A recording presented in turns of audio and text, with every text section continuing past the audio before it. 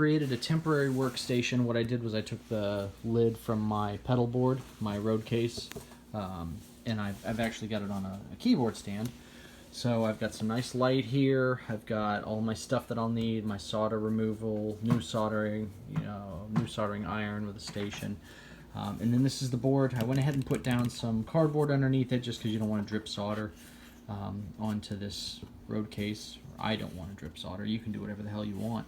And this is basically two sides that we're approaching this board from. So the first side is really the only issue here on this side of the board is the 4 EL34 tube sockets and where those are soldered in, because there's a lot of flux, like we had said before. There's a lot of nasty flux here.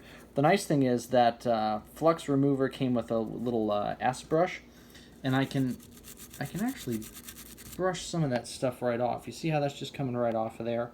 So it's not going to be too bad. So I'll bust up the big chunks, like this stuff in between here. Look at that, busted up. So I'll basically brush the entire board on this side. Then I'll just take it outside and blow it off with some compressed air. Yeah, that'll be pretty good.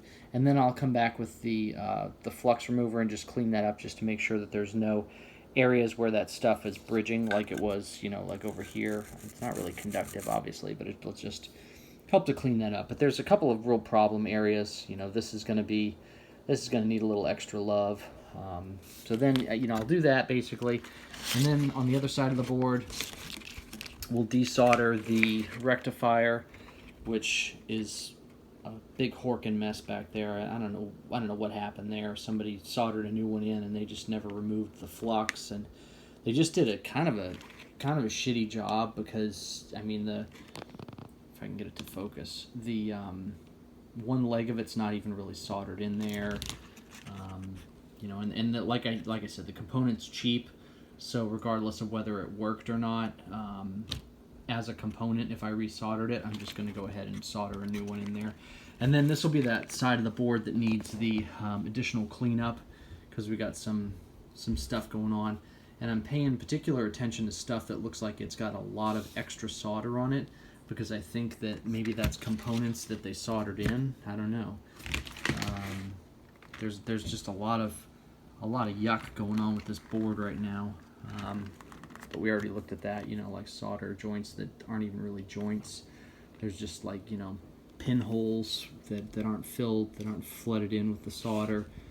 A lot of questionable cold solder joints.